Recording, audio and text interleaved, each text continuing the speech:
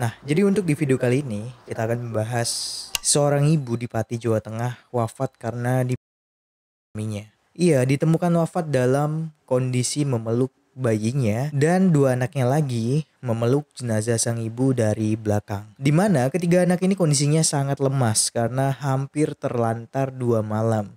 Oke, tanpa berpikir panjang kita langsung aja bahas latar belakang dari ibu ini dulu.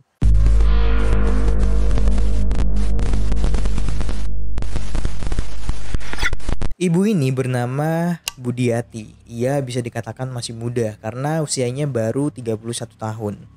Ibu Budiati ini merupakan warga perumahan Gria Pesona 2, Dukuh Ngipik RT 9 RW 3, Desa Kutoharjo, Kabupaten Pati, Jawa Tengah. Sehari-hari, Ibu Budiati ini menjadi seorang ibu untuk ketiga anaknya. Di mana anak pertamanya itu baru berusia 4 tahun, anak keduanya berusia 2 tahun, dan anak bungsunya ini yang terakhir baru berusia 26 hari. Ibu Budiati ini memiliki seorang suami bernama Masyuri, berusia 45 tahun. Ia bekerja di kota Rembang, jadi bisa dikatakan suaminya ini jarang pulang. Menurut tetangga, Ibu Budiati selama ini dikenal sebagai pribadi yang tertutup, bahkan jarang mengobrol ataupun menyapa tetangga sekitar. Diketahui juga Ibu Budiati ini baru saja pindah kontrakan, di mana sebenarnya pindahnya itu tidak jauh, masih dalam perumahan itu juga. Beda beberapa rumah saja kali ya, cuman beberapa rumah gitu. Selain itu, salah satu tetangga juga sempat mendengar beberapa kali Ibu Budiati dan suaminya ini sempat cekcok. Nah, sekarang kita akan masuk ke kronologi awalnya. Berdasarkan keterangan dari tetangga, Ibu Budiati ini terakhir terlihat ketika menjemur pakaian pada hari Selasa 13 Juni 2023. Dan pada saat itu juga, Mas Suri, sang suami mengatakan bahwa ia tidak mendapatkan kabar dari Ibu Budiati selama 2 hari. Dan pada hari Rabu 14 Juni 2023, tepatnya pukul 21.20 malam hari, Mas Suri ini baru pulang kerja dari luar kota. Saat itu, ia melihat rumahnya tertutup tetapi tidak terkunci. Ia pun langsung saja memanggil Ibu Budiati ini, tapi tidak ada jawaban sama sekali. Akhirnya ia bergerak menuju ke kamar.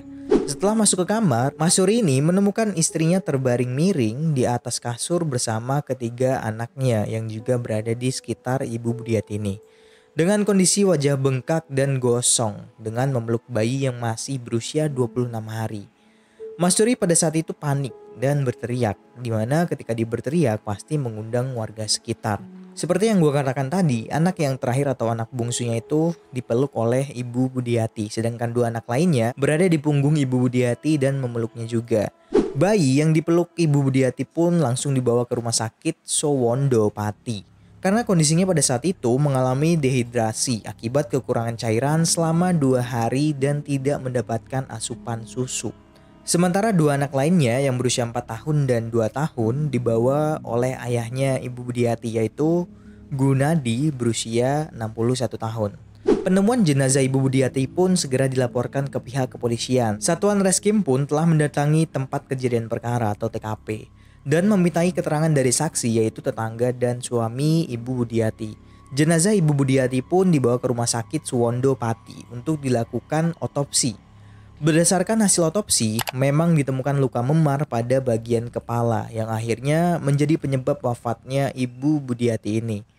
Wafatnya Ibu Budiati ini didukung dengan kondisinya setelah melahirkan, di mana Ibu Budiati ini baru melahirkan anak bungsunya yang belum genap 1 bulan. Pihak berwenang juga mengungkapkan wafatnya Ibu Budiati ini antara hari Selasa atau hari Rabu. Hal ini juga diperkuat dengan kesaksian dari ayah Ibu Budiati.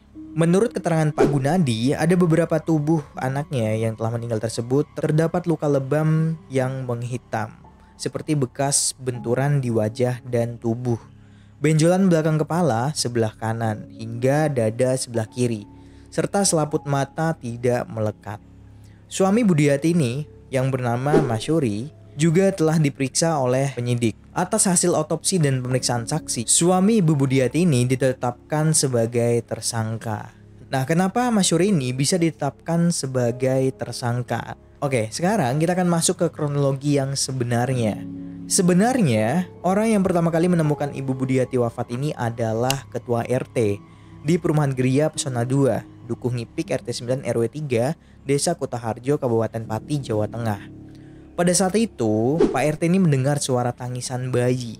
Dan sumber suara itu berasal dari rumahnya Ibu Budiati. Pak RT mencoba memanggil Ibu Budiati. Namun Ibu Budiati ini tidak menjawab sama sekali. Dan anaknya pun semakin kencang menangisnya. Akhirnya Pak RT ini mendobrak pintu dan melihat Ibu Budiati ini wafat dalam keadaan memeluk ketiga anaknya. Nah, setelah Pak RT datang, barulah si Mas Suri ini datang dan berpura-pura bertanya apa yang terjadi dan berteriak meminta tolong. Dan ketika ada yang melaporkan kejadian ini ke kantor polisi, di sini Mas Suri ini terlihat panik dan gelisah. Terlihat dari cara dia merokok yang hanya 1-2 batang hisapan lalu dibuang. Dan hal itu dilakukan berulang-ulang sambil memegangi kepalanya. Dari situlah Pak Gunadi ini menaruh curiga kepada Mas Suri. Hal ini diperkuat dengan kesaksian Pak Gunadi selaku ayah dari Ibu Budiati yang mengatakan bahwa Mas Suri ini memiliki sifat temperamen. Pak Gunadi juga mengatakan bahwa Ibu Budiati ini dipukuli oleh Mas Suri pada hari Jumat 9 Mei 2023. Dan pada hari Sabtu ketika itu Pak Gunadi ini pergi untuk mengunjungi cucu-cucunya. Ia berniat memberikan uang jajan. Ketika sampai di rumah, Ibu Budiati ini menangis sambil matanya melirik ke arah suaminya, yaitu Mas Suri. Ibu Budiati menangis sambil menekan bagian tubuhnya yang sakit. Pak Gunadi juga mengatakan bahwa sebelum Ibu Budiati ini wafat, ketiga anaknya ini tidak tahu kalau ibunya ini telah wafat.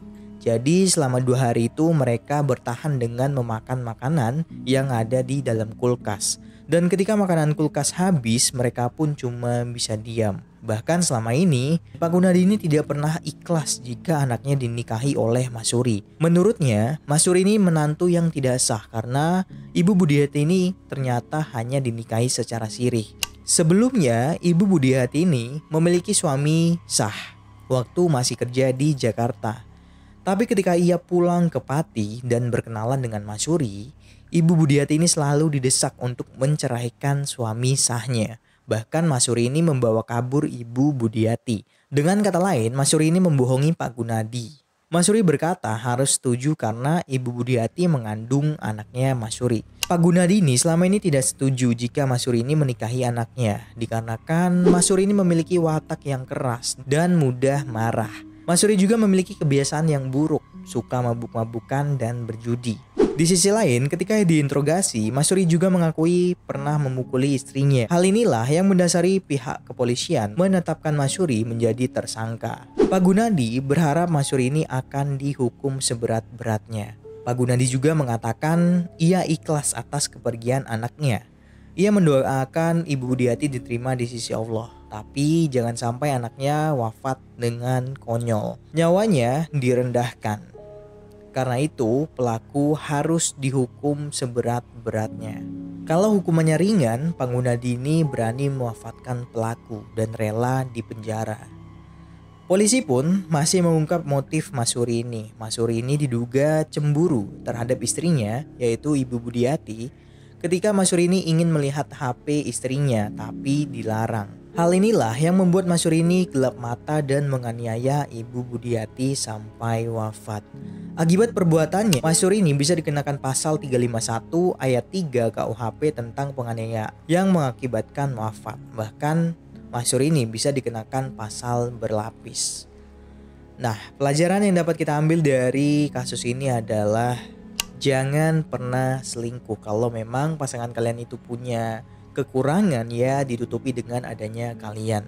Yang namanya manusia itu tidak ada yang sempurna. Dan yang terakhir, terima kasih sudah menonton.